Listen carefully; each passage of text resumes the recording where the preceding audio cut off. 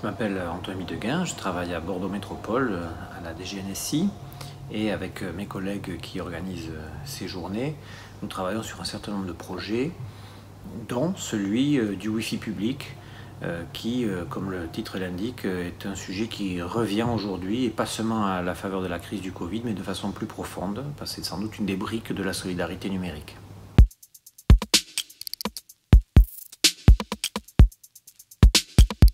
L'inclusion numérique, c'est un travail d'écosystème qui vise à rassembler toutes les conditions pour faire que l'exercice plein et entier de l'Internet, l'accès aux opportunités qu'il offre aujourd'hui, se réalise pour tous, en n'oubliant aucune des populations qui, si on avait une version trop simplifiée de ce que doit être l'inclusion numérique, serait de fait exclue.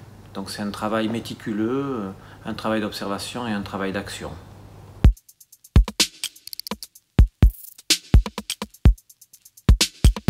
La métropole et les villes qui ont mutualisé le numérique travaillent ensemble, mais ne travaillent pas seules, avec les acteurs sociaux, avec les associations, avec l'aide de l'État, avec les autres collectivités. Elles œuvrent pour précisément avoir une vision complète de ce que doit être l'inclusion. Ça passe aussi bien par le fait de prodiguer des formations, d'animer le territoire, d'animer les acteurs qui sont parfois les premiers en réponse, parce que c'est à eux qu'on pose la question alors qu'ils ne sont pas des professionnels de la médiation numérique, de comment je vais faire pour faire cette démarche qui me fait peur. Mais c'est aussi en amont traiter les problèmes très matériels de capacité à s'équiper, d'avoir accès. C'est aussi toutes les choses qui pourraient paraître plus secondaires, mais qui sont l'accès à un usage créatif du web, qui ne se limite pas à un usage de consommation passive et d'achat en ligne. Et là aussi, c'est une question d'inclusion que de donner accès à tout le monde à des opportunités d'avoir un usage créatif du web.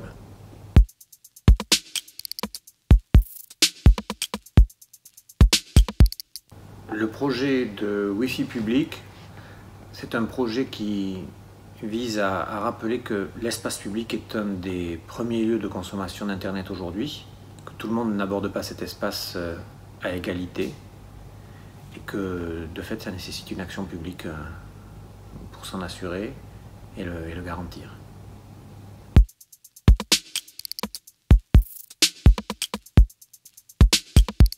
Ce projet est un projet dans lequel tous les partenaires de ces journées se retrouvent à un moment ou à un autre, que ce soit pour assurer la médiation, pour assurer la réalisation de la connexion.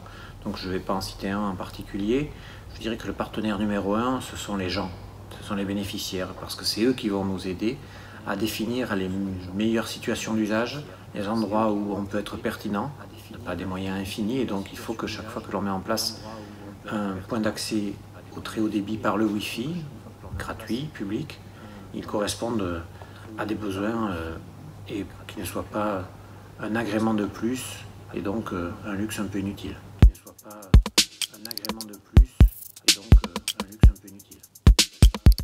La question de l'impact de la crise actuelle sur le projet, elle est un peu paradoxale parce qu'elle s'est traduite, en tout cas dans la vague que nous avons connue en avril-mai, par un confinement et l'obligation de rester chez soi.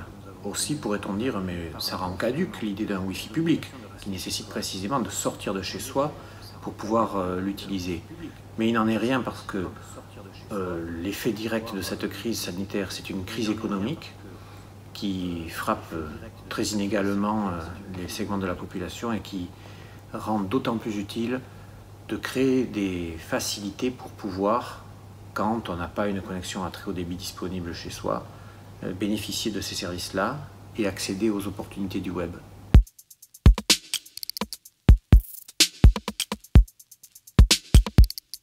D'abord, les remercier de s'être encore mobilisés en masse cette année et de travailler dans le climat excellent de ces journées pour faire que la solidarité numérique soit un projet riche, qui n'oublie aucune des dimensions que l'on vient d'évoquer.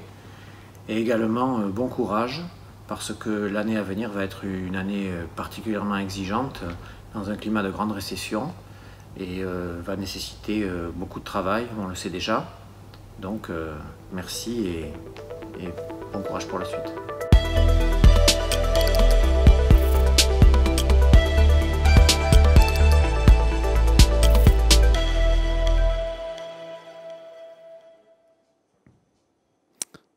Bonjour, bienvenue à tous pour cet atelier dans l'avant-dernière journée de notre semaine bordelaise consacrée à la fracture numérique, à la lutte contre ses effets et à la promotion de l'égalité d'accès aux opportunités du web, Aginum. L'atelier d'une demi-heure qu'on vous propose aujourd'hui vient évoquer un sujet qui est un sujet à la fois familier et qui connaît aussi une nouvelle jeunesse, celui du Wi-Fi public, qui est une brique importante dans l'ensemble des actions qui sont mises en place à un niveau local ou au-delà. Pour cela, je vous propose une petite présentation d'une dizaine de minutes et ensuite nous allons prendre un certain nombre de questions qui nous ont déjà été posées ou qui vont être posées au fur et à mesure sur ce sujet. Je vous propose de commencer par un rapide retour en arrière sur le Wi-Fi, cet objet qui est à la fois méconnu et tellement pervasif et omniprésent. L'histoire du Wi-Fi, ça a d'abord été du Wi-Fi public, du Wi-Fi accessible dans notre espace urbain. Ça a sans doute d'abord été des initiatives fortes portées par un certain nombre de villes, et pas forcément d'ailleurs en premier en Europe. Des initiatives qui ont inspiré ou qui ont fait beaucoup parler aussi, qui ont parfois été des opérations de com et qui ont, pour certaines d'entre elles, eu un effet structurant sur leur territoire. On a choisi de vous parler sur cette première diapo de New York. New York avait attiré l'attention en déployant un Wi-Fi public sur plus de 1500 points avec des kiosques en réutilisant en partie l'infrastructure existante, à savoir les cabines téléphoniques qui parsemer l'ensemble de son territoire urbain. Et la carte que vous voyez à présent à l'écran nous parle d'un autre projet qui très tôt aussi a eu vocation à mailler un ensemble urbain, c'est San Francisco, qui a déployé un Wi-Fi public avec sans doute un maillage moins exhaustif du territoire. On verra tout à l'heure aussi que c'est d'ailleurs plus tellement le sujet aujourd'hui. On ne cherche pas à assurer une couverture en Wi-Fi comme on assurerait une couverture en téléphonie mobile par exemple, mais qu'on cherche plutôt à faire du à-façon. Ces deux projets-là, dans les années 2000, ont beaucoup frappé les esprits, ont été suivis ensuite par un certain nombre d'annonces et de réalisations sur notre vieux continent. La diapo suivante va nous permettre de l'évoquer, mais je sais que le très haut débit va nous permettre d'y accéder prochainement. C'est celle des arguments avancés pour justifier les projets de Wi-Fi public. Bon, ils sont assez simples, on les a déjà tous en tête. C'est bien sûr la gratuité du service offert. La plupart du temps, un Wi-Fi public garanti ou proposé ou cofinancé par les institutions publiques locales n'est pas payant. Il est accessible de façon universelle, sans condition préalable, si ce n'est parfois de montrer patte blanche pour répondre à des impératifs de sécurité. L'attractivité était souvent une arrière-pensée assez forte. L'attractivité parce que, oui, quand c'était encore un objet rare, dire qu'on était la première ville à mettre du Wi-Fi de façon exhaustive ou massive sur le territoire, c'était un facteur important. Ce n'était pas nécessairement d'ailleurs le même Wi-Fi à vocation sociale que celui dont on va parler tout à l'heure. C'était parfois plus un Wi-Fi orienté en direction de publics, de cadres itinérants, de congressmen ou de touristes qui, à l'époque où les coûts de télécommunication d'un pays à l'autre étaient exorbitants, pour tout le dire, ils voyaient un argument supplémentaire pour aller là plutôt que là. Je reviens sur la diapo précédente parce que nous avions, et je vais faire attention à ce que je fais avec mes mains, nous avions encore deux autres motifs souvent avancés. D'abord celui de performance et fiabilité, parce que le Wi-Fi, c'est pas très fragile, c'est assez robuste, c'est une connexion avec une borne, on contrôle l'environnement technique dans lequel elle se passe, on fait des tests et ensuite, grosso modo, la variation du signal est assez faible dans le temps et on sait que si ça marche sur telle place, ça marchera de façon continue, sauf imprévu. Enfin, la sobriété énergétique du Wi-Fi est devenue un argument avec le temps de plus en plus grand, parce que c'est un sujet sur lequel on est de plus en plus attentif, on est sensibilisé. On est dans un contexte aussi aujourd'hui où il y a une certaine peut-être lassitude face au trop-plein technologique qui nous assaille. Et le Wi-Fi, on le sait, consomme moins, à la fois du côté de l'antenne, et pour ceux d'entre vous qui en fait le comparatif, consomme beaucoup moins au niveau du téléphone quand on l'utilise pour surfer sur le web par rapport à nos forfaits de données. J'en viens maintenant à la diapo suivante. C'est Prague. Et Prague, ça a été peut-être le premier passage d'une zone d'ombre, d'un voile, d'un nuage sur l'enthousiasme initial.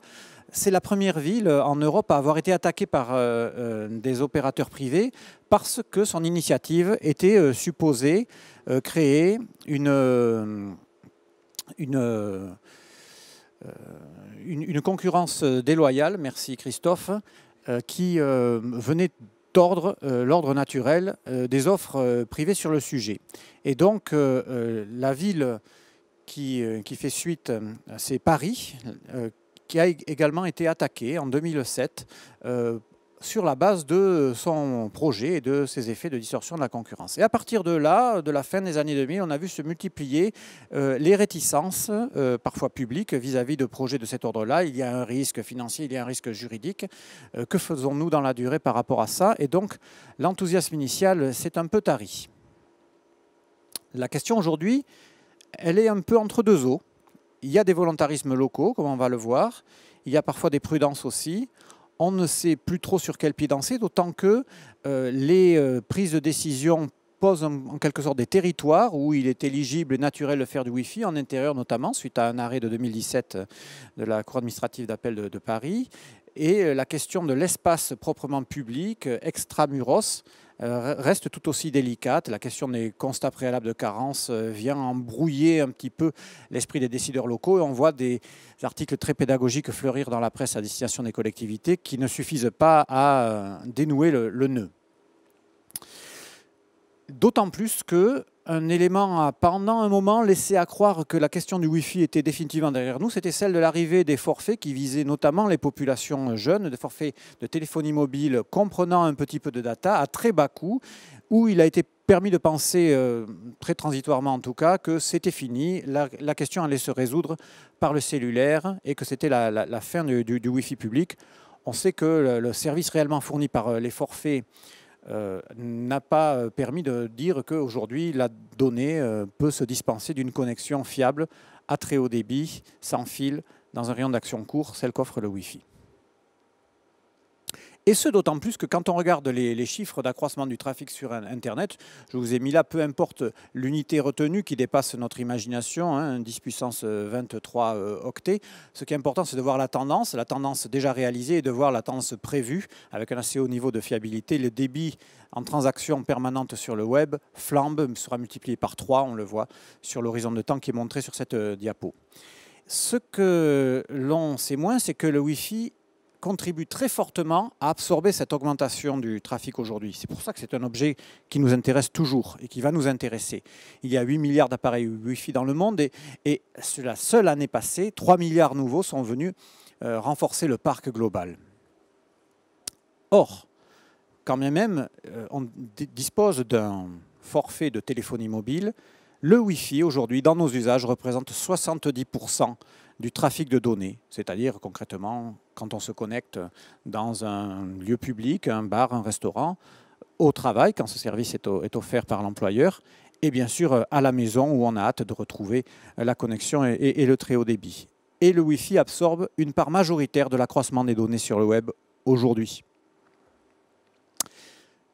Ceci aboutit à, alors même que le Wi-Fi public est questionné ou est entre deux eaux, a au contraire un assez gros consensus sur les usages et l'utilité du Wi-Fi dans tout un tas de scénarios qui sont listés ici, dans l'industrie, dans la logistique, dans les bureaux, dans les universités, hein, dans les zones de travail étudiantes, parfois dans les salles d'études, dans les stades, des projets se multiplient, dans les zones résidentielles, les bibliothèques comme étant un composant des offres municipales, les bars, les cafés, où là c'est encore souvent une vignette d'appel de marketing, ici Wi-Fi ouvert, public, gratuit, dans les foyers, chez les ménages, où une immense majorité du trafic se passe, et on y vient dans l'espace public, dans les villes, dans les bourgs ruraux, dans les villes de grande taille.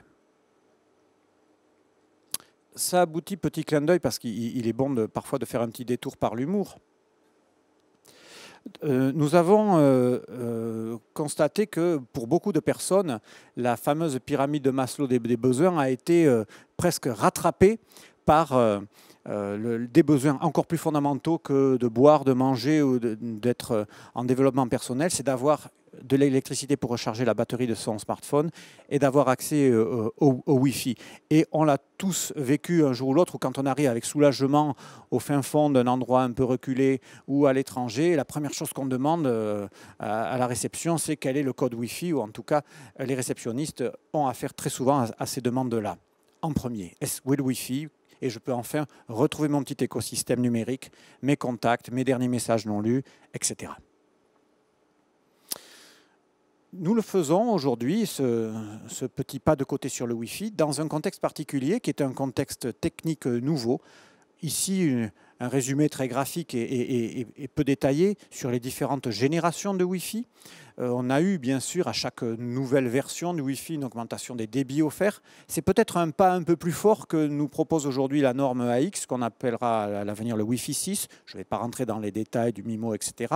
Mais grosso modo, plus de débit, oui, bien sûr, beaucoup plus, mais aussi la capacité d'adresser plus finement tel ou tel appareil pour lui fournir le débit requis. Et ce faisant, une réduction par l'augmentation du ratio entre le signal et le bruit, une réduction du rayonnement électromagnétique, de la consommation électrique et un plus gros service rendu qui laisse envisager de nouvelles possibilités. Alors, aujourd'hui, la réflexion sur un Wi-Fi qui toucherait l'espace public et qui se fasse en priorité au service de ceux qui en ont le plus besoin, c'est-à-dire de ceux qui sont le plus en souffrance de connexion. La connexion, on l'a vu au cours de cette semaine, c'est un élément important de la fracture numérique, ce n'est pas le seul, mais il revient. La fracture numérique, c'est bien sûr les démarches, la médiation, l'accompagnement, l'équipement de la personne, la connexion et bien sûr une clé. Alors, la question qu'on se pose, elle est partagée partout dans le monde en réalité. L'Afrique notamment voit se multiplier des projets où le propos n'est pas de couvrir une immensité avec une faible densité humaine de Wi-Fi, mais plutôt de choisir des points où on peut apporter avec une pertinence maximale l'information d'Internet à une petite communauté. Le Wi-Fi devient un élément clé quand il s'agit d'apporter des contenus éducatifs, de venir en soutien d'enseignants parfois isolés dans des zones reculées ou tout simplement dans les faubourgs des grandes villes en grande croissance en Afrique. Et il est également très important pour véhiculer un certain nombre d'informations à but sanitaire, de santé, des tutoriels, des guides diffusables auprès des personnels aux premières lignes du contact des populations. Et donc, les projets de hotspot, de Wi-Fi public se multiplient. Ils se doublent souvent d'une petite infrastructure minimale qui consiste à apporter l'électricité, qui est le corrélat indispensable, et une connexion souvent satellitaire pour recevoir, c'est la desserte externe, et ensuite redistribuer sur une petite zone le service, quand bien même il s'agirait d'un rayon de 30 mètres. C'est parfois suffisant pour répondre aux besoins comme ça l'est dans nos villes ici. Les bourgs ruraux aussi se réinventent, se redécouvrent une utilité. Les motivations sont très diverses et au fur et à mesure de nos recherches sur des cas pratiques contemporains de ces 2 dernières années, nous avons vu que la revitalisation d'un centre-ville, des projets d'animation reposaient souvent sur le Wi-Fi qui apportait le très haut débit et permettait d'imaginer de nouveaux modes de participation, de nouveaux modes d'animation municipale auxquels on n'aurait jamais pensé auparavant. La question qui est peut-être la question première et qui va se poser dans les années à venir, ici comme ailleurs, c'est celle du choix des bénéficiaires.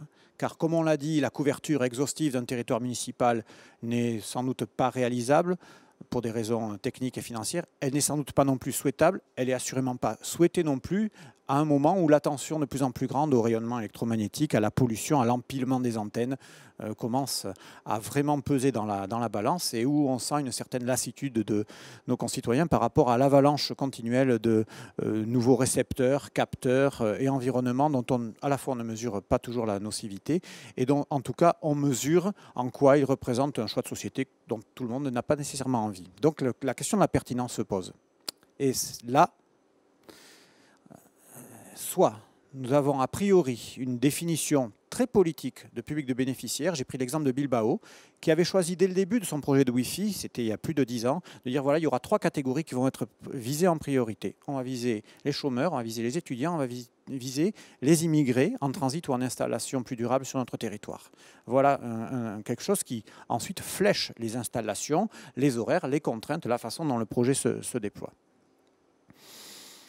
Mais ce choix-là impose aussi de prendre en compte toutes les conditions de réalisation concrètes. Il ne suffit pas de mettre une borne, il faut que les gens puissent l'utiliser. Si le but est précisément de permettre à des publics qui n'ont pas Internet chez eux et qui parfois n'ont pas de chez eux, comme les SDF, de bénéficier du service, il faut avoir autour l'expérience utilisateur complète. J'ai pris cet exemple-là d'une sorte de borne, cabine, qui permet un usage en demi-privauté, en tout cas en respectant au moins le fait d'être à l'abri des éléments, pour pouvoir avoir un temps de travail, un temps d'échange. Quand on fait une téléconsultation avec son téléphone, on n'a pas envie que tout le monde l'entende. Voilà. C'en est fini pour la présentation que je voulais vous faire aujourd'hui. J'ai rêvé à un moment de rajouter une dernière slide, pour tout vous dire, où un paquet de Mikado aurait été déployé sur la table. Et pour vous dire, mais je peux faire cette métaphore à l'oral, que en réalité, c'est un sujet très compliqué parce que, comme vous l'avez compris, c'est un sujet qui est tout sauf technique, c'est un sujet qui est politique, c'est un sujet qui est social, et c'est un sujet aussi où un équilibre des forces va devoir être trouvé entre ceux qui seront les premiers bénéficiaires et ceux qui souhaiteront, bien sûr, que l'on garde une tempérance par rapport aux installations publiques de ce type-là. Peut-être ce flot d'informations a-t-il suscité quelques questions, Sophie ? Oui, absolument. Bonjour, ravie de vous retrouver à nouveau. J'ai une première question d'un certain Anonyme. Est-ce que mon micro fonctionne? Vous m'entendez? Tout va bien. La première question est donc, peut-on imaginer des bornes Wi-Fi gratuites dans toutes les mairies de Bordeaux Métropole pour que tout le monde puisse effectuer ces démarches? Merci pour cette question. Alors, il faut savoir que jusqu'à présent, alors je vais vous répondre d'une manière qui va vous paraître rébarbative et très technocratique.